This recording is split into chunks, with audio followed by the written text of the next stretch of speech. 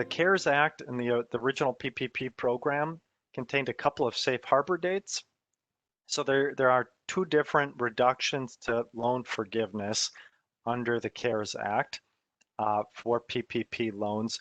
One is if you reduce somebody's wages or salary by more than 25%, you get a dollar for dollar reduction of forgiveness, everything past 25%. The other is if FTEs were reduced during the covered period compared to one of two reference periods.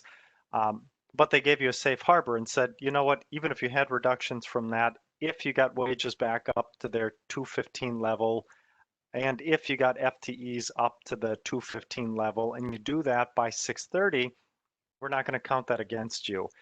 This legislation moved that date from 6/30 to 12/31, so it gives borrowers more time to get back up to that level. For new loans, the legislation says where loans currently have a 2-year repayment, any loans issued after the legislation have a 5-year repayment term. As far as applying for forgiveness and when payments start, again, new loans, originally the program was set up for payments to be deferred by 6 months. The legislation now changes that to 10 months after the end of the covered period. So it gives a little bit more time until principal and interest payments have to start up. It doesn't technically give a deadline for applying for forgiveness, but that more or less would be your deadline, because if you have to start servicing the loan, you'd want to know whether or not you've achieved forgiveness by that point. They also modified it related to PPP as part of the Flexibility Act here.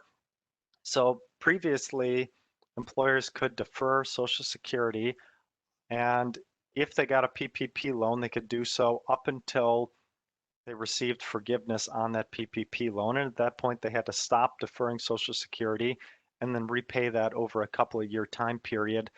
Now they just changed that to a fixed date that you can defer Social Security up until 12/31 of this year, and then again, pay it back over the next couple of years.